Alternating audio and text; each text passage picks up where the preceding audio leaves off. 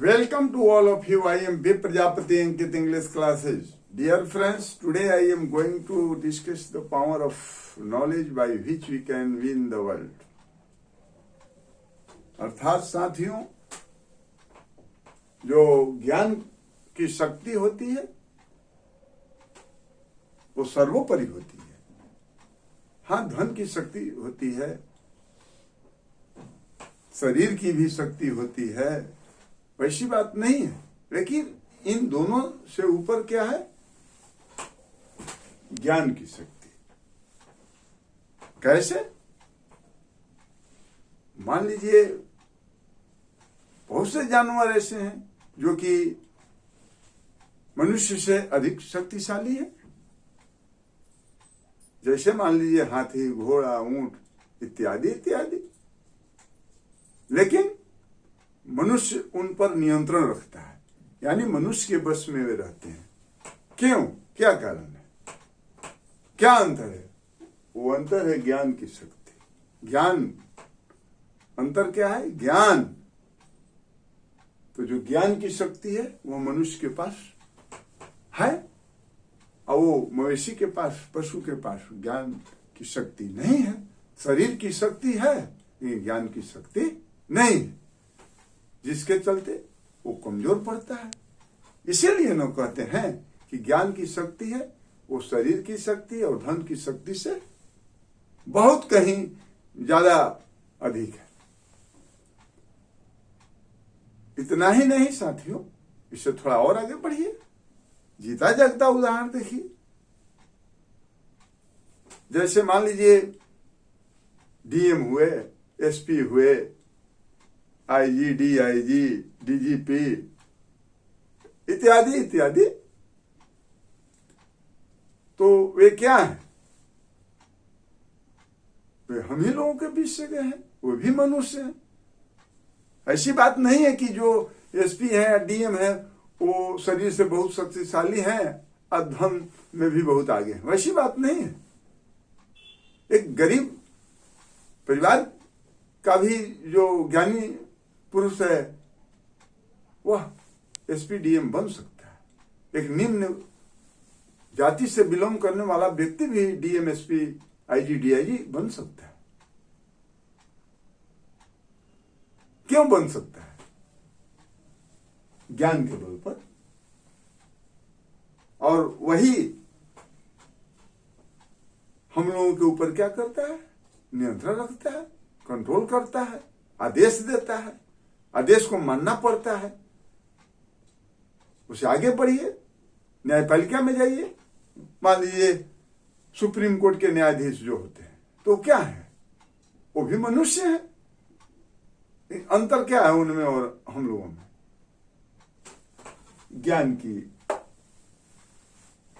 क्या है?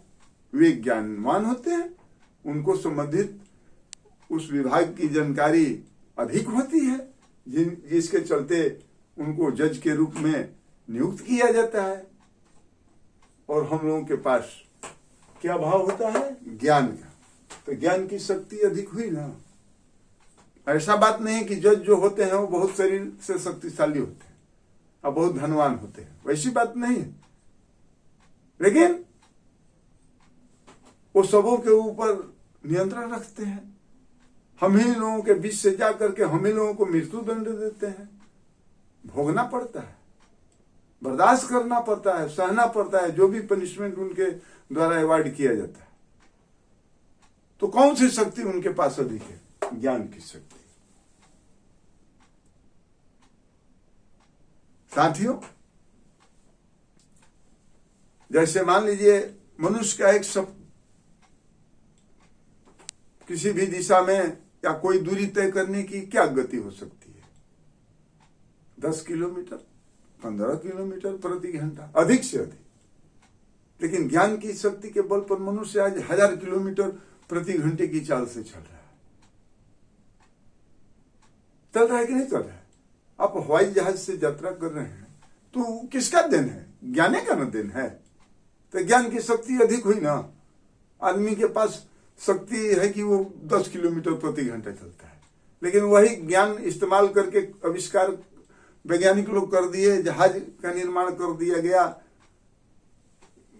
रेलगाड़ियों की माने निर्माण हुई, बसों की हुई, और उसके द्वारा हम लोग क्या करते हैं, घंटों के काम मिनटों में सफर हम लोग कर लेते हैं, कर बैठते हैं।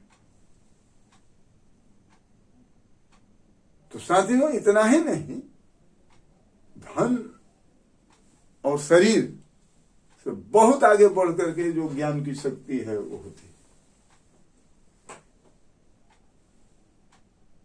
जैसे मान लीजिए धन है, वो समयानुसार उसका नाश भी हो सकता है, लोग चोर चुरा भी सकता है, कोई छीन भी सकता है, आपको निर्धन भी बना सकता है। लेकिन ज्ञान को तो कोई छीन न सकता है, उसको कोई चुरा सकता है। कहा गया है ना कि knowledge can neither be stolen by the thieves nor be taken away by the kings. It can't be divided among brothers and doesn't have any weight to carry. If it is spent regularly, it keeps growing. हुआ ना? तो कौन शक्तिशाली हुआ? ज्ञान। कौन durable हुआ? ज्ञान। शरीर मनुष्य का हाँ है धन, health is wealth, it is rightly said, no doubt in it. लेकिन परिस्थिति बस रोग से ग्रसित होकर शरीर भी क्या हो जाता है, क्षीण हो सकता है। आपके मित्र, दोस्त और सब आपके साथ छोड़ देते हैं परिस्थिति बस, समय अनुसार। लेकिन ज्ञान जो है वो क्या करता है, मरते दम तक रहता है, विपत्ति में भी साथ देता है, और सभी छोड़ देते हैं साथ विपत्ति आने पर।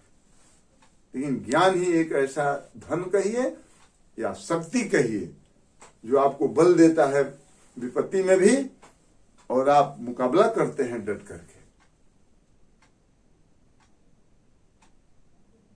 साथियों, इतना ही नहीं, ऐसे धन के प्रति या ऐसे शक्ति के प्रति जो, हाँ, ज्ञान जो है वो धन का धन है और शक्ति का शक्ति भी है, महाशक्ति। धन में भी सर्वोत्तम धन और शक्ति में भी महाशक्ति। वो क्या है? ज्ञान। ये भी जान लीजिए। हाँ, ज्ञान केवल धन ही नहीं है, महाशक्ति भी है। तभी तो एक सुप्रीम कोर्ट का जज आपको फैसला सुनाता है फांसी का, और आपको भोगना पड़ता है ना शक्ति इसमें। नहीं तो आप कह सकते थे धन के बल पर कि हम नहीं जाएंगे, हमको फांसी नहीं दिया जाएगा, हमारे पास इतना धन है, हम पहलवान हैं, हम बात नहीं मानेंगे। कोई कह सकता था, किसी को फांसी हुआ और उसे भोगना पड़ा। जज से शक्तिशाली होते हुए भी, धनवान होते हुए भी, जज के फैसले को क्या करना पड़ा? स्वीकार करना पड़ा और उसे भोगना पड़ा, और पड़ता है। दुनिया साक्षी है। तो हुआ ना, ज्ञान की जो शक्ति है वो सर्वोपरि। और धन के मामला में भी ज्ञान जैसा कोई धन नहीं है। अभी हमने बताया, ऐसा धन है कि जिसको कि कोई चुरा नहीं सकता है, न कोई छीन सकता है, न इसके भाइयों के बीच बंटवारा हो सकता है। और यह एक ऐसा इकलौता धन भी है कि जिसे यदि आदमी खर्च करे या दूसरों में बांटे तो यह निरंतर बढ़ता ही जाता है। है कोई विश्व में ऐसा धन कि जिसको आप खर्चा कर दीजिए और बढ़ जाए? माने कोई धन का आप लोग हमको बताइए, उदाहरण दीजिए कि कोई ऐसा धन ज्ञान के अलावे जो है जिसको कि खर्च किया जाए और बढ़ जाए।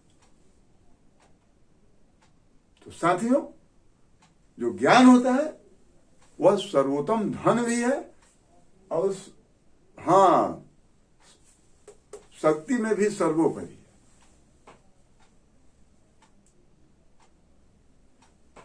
तो मैं आप लोगों से अनुरोध यही करूंगा कि स्वयं भी ज्ञानी बने और अपने बाल बच्चों के प्रति ज्ञान अर्जन में, शिक्षा अर्जन में कोई कटौती न करें, उसमें कोई कंप्रोमाइज नहीं करें। दूसरा काम भले ही बाद में आप कर सकते हैं, लेकिन जहां ज्ञान से तुलना हो तो ज्ञान को क्या करना चाहिए? प्राथमिकता देना चाहिए। हाँ, प्रायोरिटी देनी चाहिए। पहले ज्ञान अर्जन करना है, तब कोई धन अर्जन करना है, क्योंकि ज्ञान भी एक धन है और सर्वोत्तम धन है।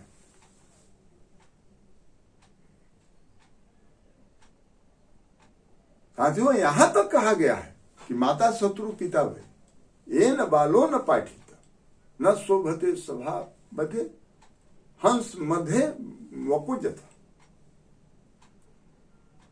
अर्थात the parents of a child are like his enemies if they do not provide proper education to him, because later on he is not adorned in an assembly of learned persons, just as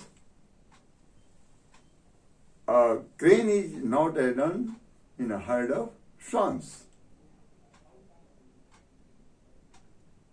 तो साथियों, वो माता शत्रु और पिता बैरी होते हैं, जो कि अपने बच्चों को ज्ञान प्राप्त करने से संबंधित समुचित व्यवस्था नहीं करते, क्योंकि वे बच्चे आगे चल करके विद्वानों या सभ्य लोगों के बीच वैसे शोभा नहीं देता है जैसे कि जो बगुला है वह हंस के सभा में शोभा नहीं देता।